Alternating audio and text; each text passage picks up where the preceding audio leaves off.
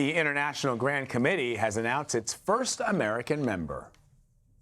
Rhode Island Congressman David Sislin will join other global leaders investigating the spread of disinformation and fake news on social media. Sislin, a Democrat, serves as the chairman of the House Subcommittee on Antitrust, Commercial, and Administrative Law. CBS News investigative reporter Graham Cates joins us for more on this. For people who may not be familiar, what is this committee and what has it been doing in terms of Facebook and election disinformation?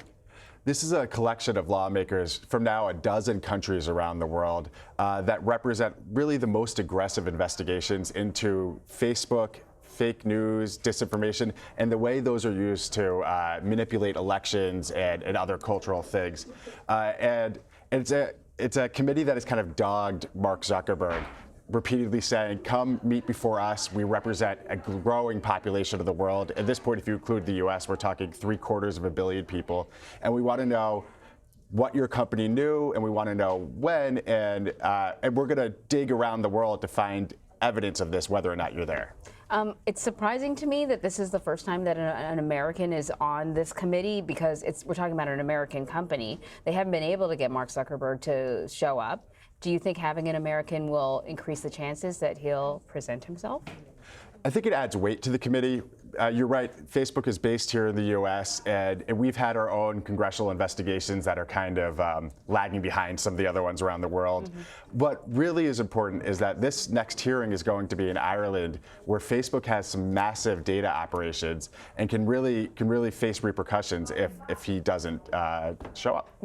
So the committee's next hearing will be in November. What can we expect? So we can expect some of the same rhetoric that we've seen before. It's been a combination of just really heatedly laying into the lower level executives who are sent in Zuckerberg's place.